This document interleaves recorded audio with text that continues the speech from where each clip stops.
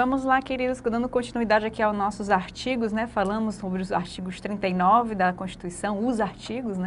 Como eu expliquei para vocês, a gente tem um vigente, o outro aí na tentativa de reformar o que hoje está vigente, mas a gente precisa estar atento que hoje toda a Constituição, por força daquela medida cautelar que a gente conversou na aula passada, tem aí, né, a redação de dois artigos 39, onde, né, o primeiro artigo 39, esse daqui, que a gente já marcou, inclusive, é o artigo que está aí vigente, ou seja, há o regime jurídico único, né, da União.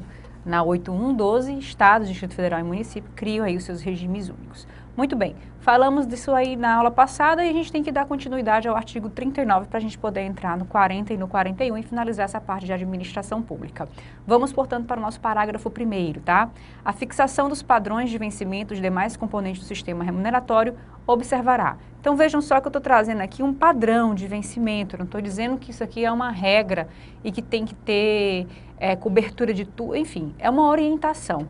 Como é que eu vou definir quanto é que um analista judiciário ganha, quanto é que um técnico judiciário ganha, quanto é que um juiz vai ganhar? Então eu tenho que saber aí, eu tenho que ter uma orientação, um norte, para poder fixar esse vencimento, esse subsídio. O parágrafo 1º traz aí essa orientação, que deve se levar em consideração para se fixar os vencimentos, né, e a remuneração daquele cargo. Natureza, né, o grau de responsabilidade e a complexidade dos cargos componentes de cada carreira, os requisitos para a investidura, né, o concurso público, 7 provas e títulos, quantas fases tem esse concurso público, enfim, tudo isso, e as peculiaridades de cada caso, né? A gente tem cargos que são muito mais técnicos, de outros cargos que são muito mais intelectuais, de outros cargos que são muito mais físicos, e por aí a gente tem aí cada peculiaridade majorando ou diminuindo o padrão vencimental dessa remuneração, né, desse cargo. Então, o parágrafo 1º, ele vai nortear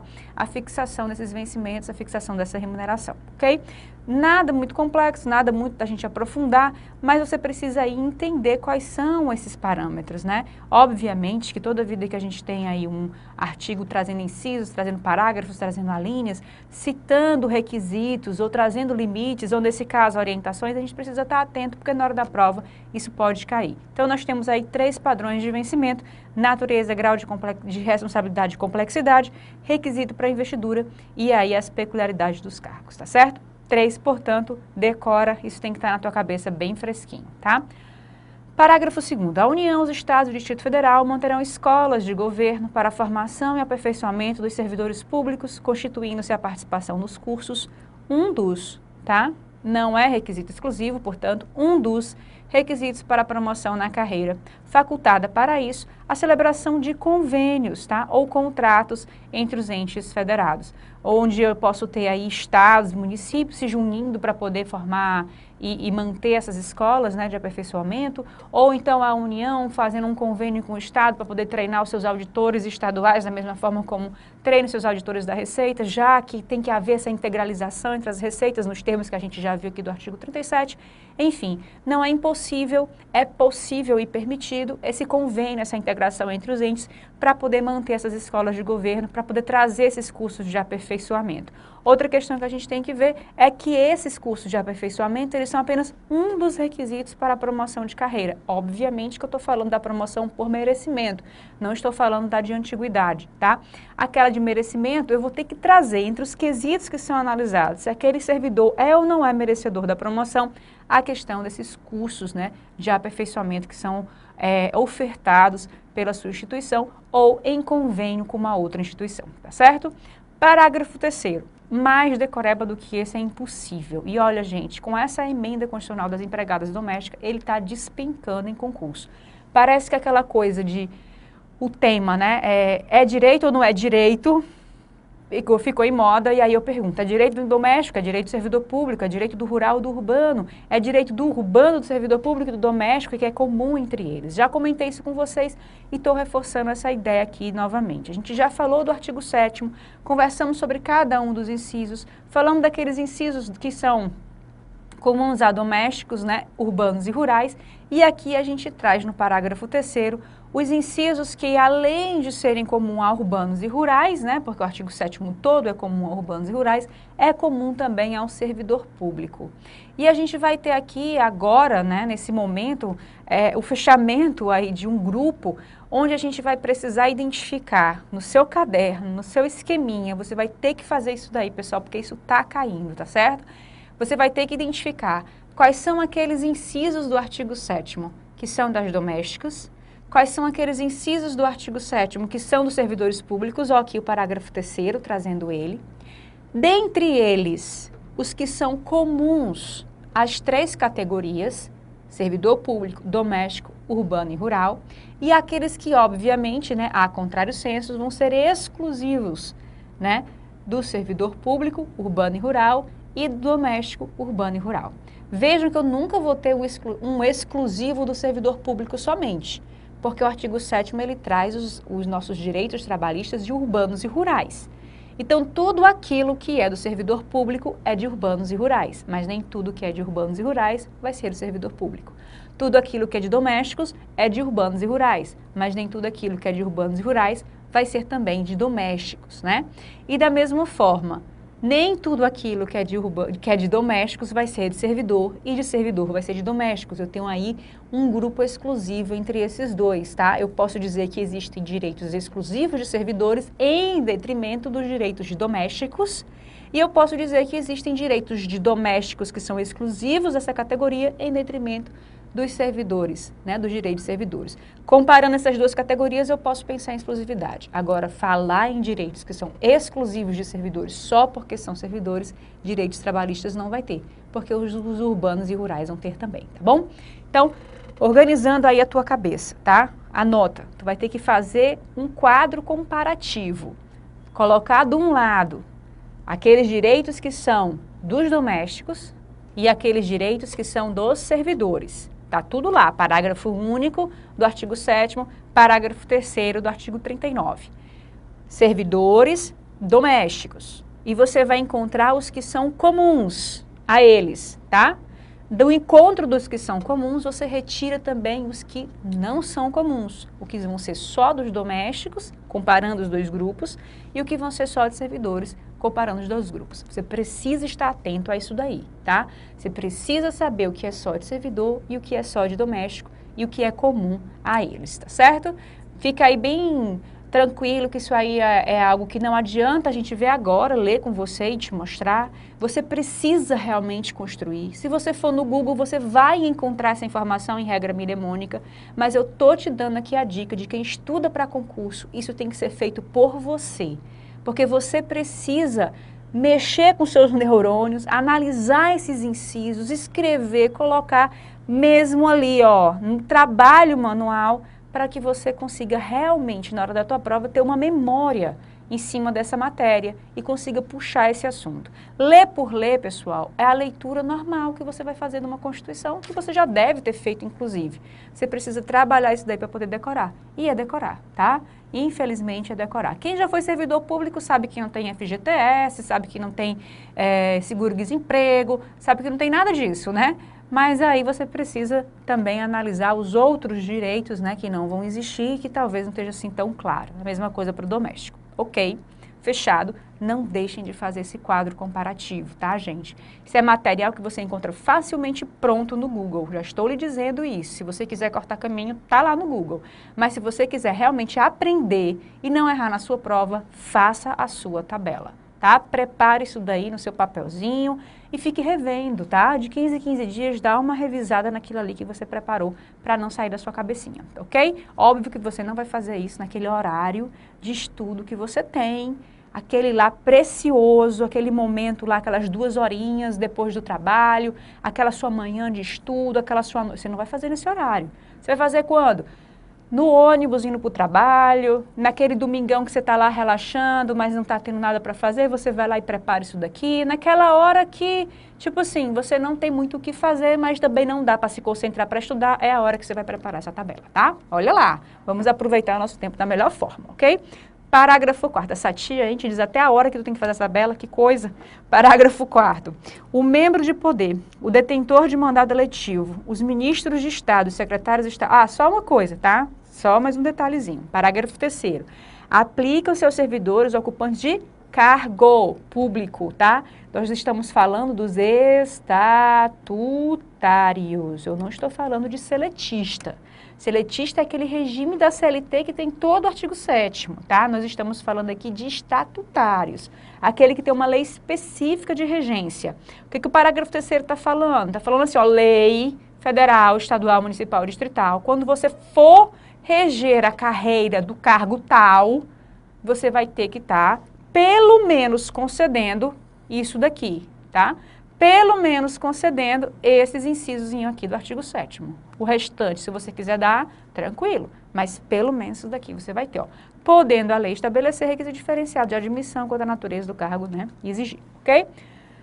Parágrafo 4º, vamos lá. Os membros de poder, o detentor de mandato eletivo, os ministros de Estado e os secretários estaduais e municipais serão remunerados exclusivamente por subsídio. Então, olha aí. Membro de poder, quem é? Executivo, Legislativo e Judiciário.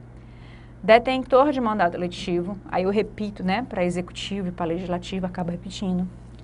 Os ministros de Estado, os secretários estaduais e municipais, esses são remunerados exclusivamente por subsídios.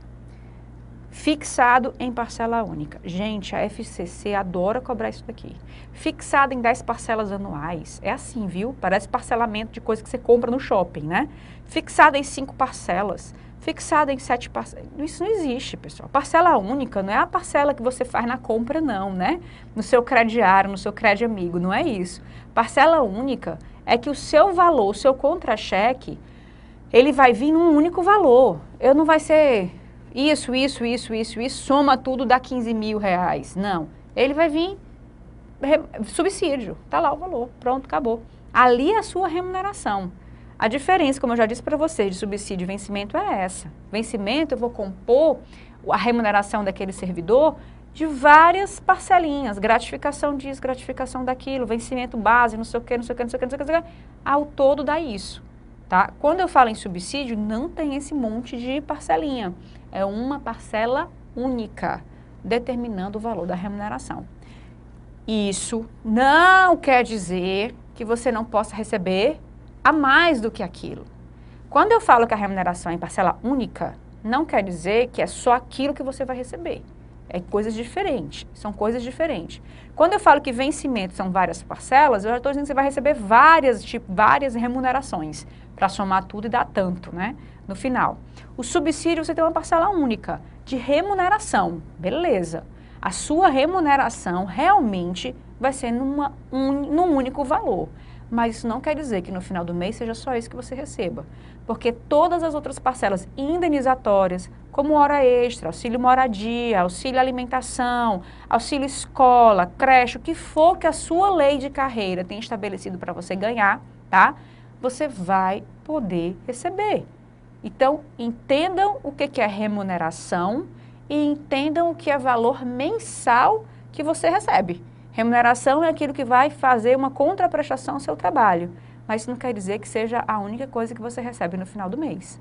A remuneração do ministro do Supremo está acima de 30 mil reais, mas isso não quer dizer que ele possa receber 50 mil reais. Acho que é 33, 34 mil. Vamos botar 35 mil. Remuneração do ministro do Supremo é 35 mil reais, mas isso não quer dizer que ele não possa no final do mês receber 70. Assim, mas como assim se a remuneração é 35? Pelo serviço que ele prestou é 35, mas ele tem auxílio gabinete, auxílio moradia, auxílio alimentação, aí ele acumula um cargo no TSE ou então no CNJ, isso aí vai agregando, tá? Ele pode passar. Mas o que você tem que entender aqui no parágrafo 4º é de remuneração da espécie subsídio, essa aí é uma parcela única. De remuneração da espécie vencimento, aí eu posso ir várias parcelinhas e ir dando um total da remuneração daquele servidor, ok? Vedado o acréscimo de qualquer gratificação, não pode gratificação adicional, que também a gente tem aí os adicionais de periculosidade, adicional de insalubridade, nada disso o estatutário recebe, isso é coisa de seletista. Então você já sabe que eu não vou ter aqui, ó, no meu parágrafo 7º, aquele incisozinho que fala sobre isso, tá? Abono, não entra abono, prêmio, verba de representação ou outra espécie, eu vou até marcar de vermelho, remuneratória. O que eu estou dizendo? Que tudo isso que eu falei aqui, ó, é espécie remuneratória. Vamos colocar assim. Não vou discutir a natureza disso não, que aí a gente vai fazer um tratado trabalhista aqui, né? Mas vamos colocar adicional, abono, prêmio, verba de representação ou qualquer outra espécie remuneratória não pode ser acumulado com subsídio, tá? O que eu vou poder, que eu vou poder? Aqui está vedado, ó. O que é permitido acrescentar no final? O que é permitido acrescentar no final? As minhas parcelas indenizatórias. Ok? Essas é ok. Agora, remuneratória, nenhuma.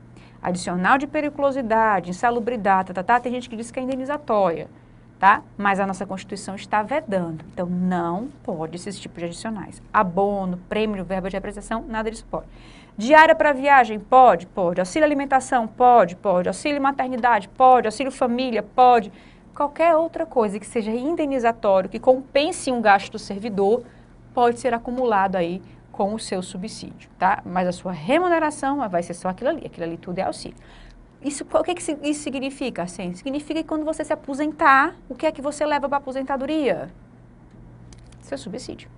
O resto tudo é inerente à atividade que você está sendo indenizado. Você leva só o seu subsídio, tá certo? Obedecido em qualquer caso, disposto aí do artigo 37, né? 10 e 11, que são os nossos limites de teto. Parágrafo 5º. Lei da União, dos Estados, do Distrito Federal e dos municípios poderá estabelecer a relação entre a maior e a menor remuneração dos servidores públicos, obedecida em qualquer caso, né, o disposto lá no nosso artigo 37, inciso 11, que fala do nosso teto, tá? Isso aí não tem mistério, a gente inclusive já viu que é facultado, né, que a gente tem aí em cada ente federado um limite de piso e de teto para os seus servidores, para a remuneração, né, dos seus servidores. Parágrafo 6º.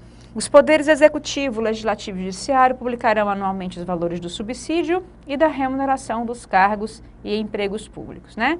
Os valores do subsídio, da remuneração, né, que seriam aí os vencimentos também dos cargos e empregos públicos, ou seja, de estatutários e de seletistas.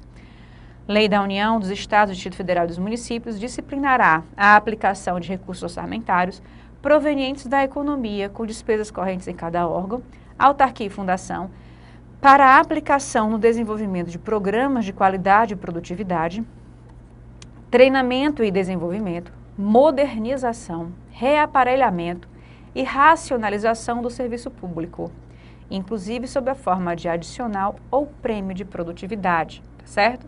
O que é que o parágrafo 7º está querendo primar? Qual é o princípio que fundamenta esse parágrafo 7º? O princípio da eficiência, ok? Eu posso querer, ó, premiar aquele meu servidor que alcançou a meta, aquele meu servidor que fez acima da meta, né? Enfim, mas para isso eu tenho que regulamentar.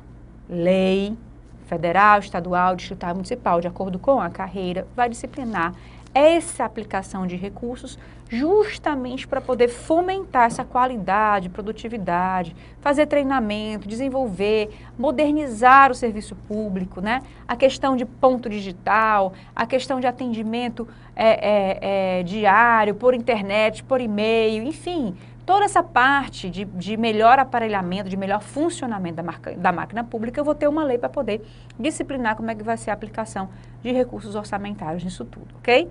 Podendo, inclusive, criar aí adicional e prêmio de produtividade. Fechamos? Continuando. A remuneração dos servidores públicos organizados em carreiras poderá ser fixada nos termos do parágrafo 4º. Como assim, Arsênia? O meu parágrafo 4º, ele fala membro de poder, mandato eletivo, secretário de Estado, não é? Ministro de Estado, municipal, tarará, tarará. Esses vão receber parcela única de subsídio.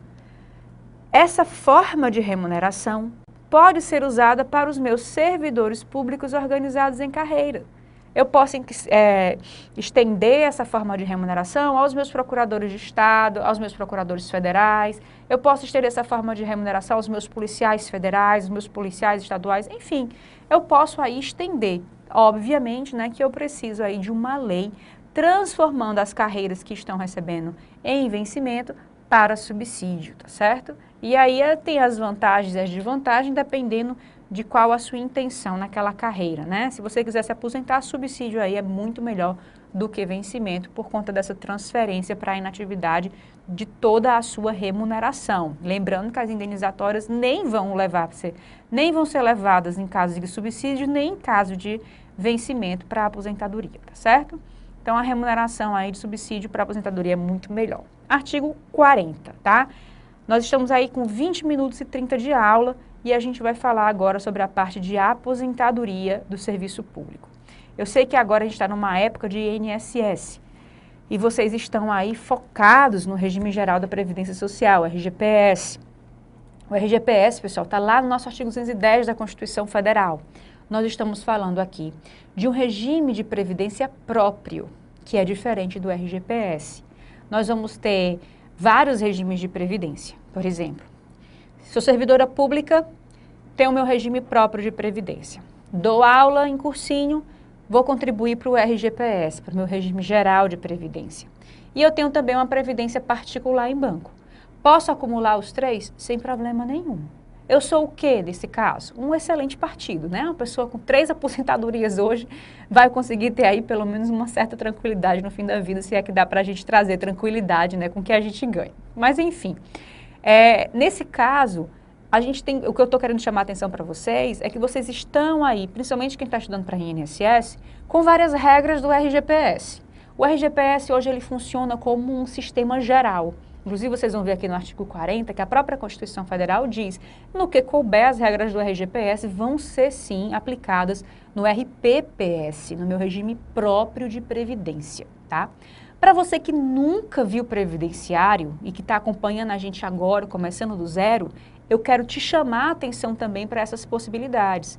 Se você é servidor público, estatutário e tem um cargo público, você vai estar contribuindo para um regime próprio de previdência. O que é isso?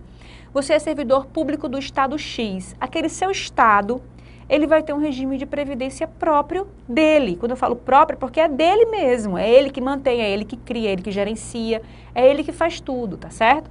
Nos municípios, alguns vão ter, outros não vão ter. Os municípios que têm um regime próprio de previdência, os seus servidores municipais se aposentam por ele, contribuem para ele e se aposentam para ele. Aqueles municípios que não têm, os seus servidores públicos municipais, qualquer um deles, tá, vão contribuir para quem? Para o RGPS, tá certo? Mesma coisa acontece para o RGPS, que é o regime geral de previdência social, que aquele pessoal que tem carteira assinada contribui. Esses dois regimes, eles são distintos, mas eles podem se acumular, tá? Quando eu falei lá de acumulação de cargo público, se você pode acumular cargo público na atividade, você vai também acumular na inatividade. Então, vamos supor que eu tenho um cargo público federal e um cargo público estadual. Eu vou poder acumular 2 regimes próprios. E eu ainda dou aula. Eu posso acumular esses meus 2 regimes próprios com as minhas aulas particulares, que vai gerar contribuição para o regime geral de previdência social, e aí eu vou ter 3 fontes de custeio de aposentadoria. Mas eu também vou contribuir para as 3. Estão entendendo como é que a coisa funciona? Fora esses regimes próprios de previdência, meus regimes gerais de previdência, eu, Arsênia, ainda vou poder fazer as minhas previdências complementares. Essa previdência complementar, ela é nova, relativamente nova. Ela aí está vindo aí com um pouco mais de 10 anos, alguma coisa nesse sentido, e ela vem trazendo 2 modalidades. Eu tenho aqueles regimes de aposentadoria complementar aberto, que você pode chegar no Banco do Brasil e fazer, no Banco Bradesco e fazer, na Caixa Econômica, onde você quiser, você faz lá um Brasil Prev, enfim, você paga mensalmente aquilo ali, opta pelo tipo de regime da sua previdência, enfim. Você faz lá a sua negociação com o banco e fica pagando aquilo ali mensalmente. No final você pode sacar, você pode receber mensalmente. Cabe a você definir como é que vai ser o seu plano. Isso aí é a aposentadoria complementar. Mas tem também as de regime fechado, tá? Aquelas, por exemplo, que são apenas para advogados. A OAB se reúne para fazer um regime de previdência complementar. Bancos, às vezes, fazem isso, bancos grandes, né, fazem um regime de previdência complementar, que só quem está naquela categoria poderá contribuir e se favorecer. tá certo? Então, hoje, atualmente no Brasil, você vai ter aí vários regimes previdenciários. O que nós vamos ver aqui no artigo 40 são as regras gerais. E quando eu falo regra geral, é porque a Constituição ela vai te passar um norte, uma orientação do que vai valer para todo mundo. Então, ela vai trazer aqui uma regra geral para que União, Estados, municípios e Distrito Federal, ao criarem o seu regime próprio, tenham uma base em comum, tenham regras que vão servir para todos eles. E, obviamente, né, havendo necessidade ou não, eles podem criar regras específicas que vão se diferenciar. Mas a Constituição ela tenta trazer aqui um básico, um mínimo garantido para esse servidor público, tá certo? É isso que nós vamos ver aqui no artigo 40. E olha só como ele começa com a redação dele, tá? Acompanhem aqui comigo. Pessoal que já está estudando há muito tempo, né? Eu preciso fazer esse resgate aqui, situar vocês, certo? Muito embora o pessoal que esteja aí há muito tempo, nesses nossos 6 minutinhos aí, 5 minutinhos e meio, tem ficado meio assim, né? Olhando para mim, né? E aí, não vai falar nenhuma novidade, né? Mas só para você conseguir aí situar, vale a pena que a gente comece todo mundo no mesmo patamar, tá? Aos servidores titulares de cargo efetivo, tá? Olha aqui, cargo efetivo, cargo, estou falando de estatutário, da União, Estados, do Distrito Federal e dos municípios, incluídos suas autarquias e fundações, porque são pessoas de direito público, como a gente já conversou. Sociedade de economia mista, empresa pública são pessoas de direito, são direitos privados, né? Pessoas de direito privado, autarquia e fundação de direito público, então entram aí também nesse regime, tá? É assegurado o regime de previdência de caráter contributivo e solidário, igual ao RGPS, que também é contributivo e também é solidário. Mediante contribuição do respectivo ente público, ele contribui, dos servidores ativos, e olha só, e inativos, diferença com o RGPS. Observação, bota aí no teu caderno, no RGPS, contribuição de inativo é vedada pela Constituição, não pode. Isso só é possível no RPPS, que é o que nós estamos vendo aqui, regime próprio de previdência social. Vou falar sobre abreviado que fica melhor, tá? A gente ganha até tempo, ganha uns 2 minutos de aula toda a vida que eu for repetir, né? Ativos e inativos, RGPS não pode inativos, só pode no RPPS. E dos pensionistas, tá? Entrando aí também na mesma categoria, né, de inativos. Observados critérios que preservem o equilíbrio financeiro e atual e o disposto neste artigo, ou seja, e o restante. Então, esses servidores de cargo efetivo, eles vão ter direito a esse regime próprio de previdência, que cada um dos entes vão estabelecer de forma contributiva e solidária, tem de contribuir, não pode querer se aposentar sem ter pagado nada, né? E solidário, porque está todo mundo responsável. Quem todo mundo, Arsênia? O ente público, o ativo, o inativo e o pensionista. Então, é solidário nesse sentido, tá? Observando aí os critérios, né? De fôlego, de saúde financeira, né? Equilíbrio financeiro e atuarial. E o restante que a gente está vendo aqui no nosso artigo 40, tá? Nós vamos começar aí na nossa próxima aula, mas já estou te dando aqui várias diquinhas, tá? RPPS é para estatutário, inativo e pensionista não contribuem no RGPS, tanto o RPPS como o RGPS são contributivos e solidários, ok? Próxima aula a gente continua aí, começando pelo parágrafo 1º. Fica comigo e me acompanha. Vamos lá. Até já.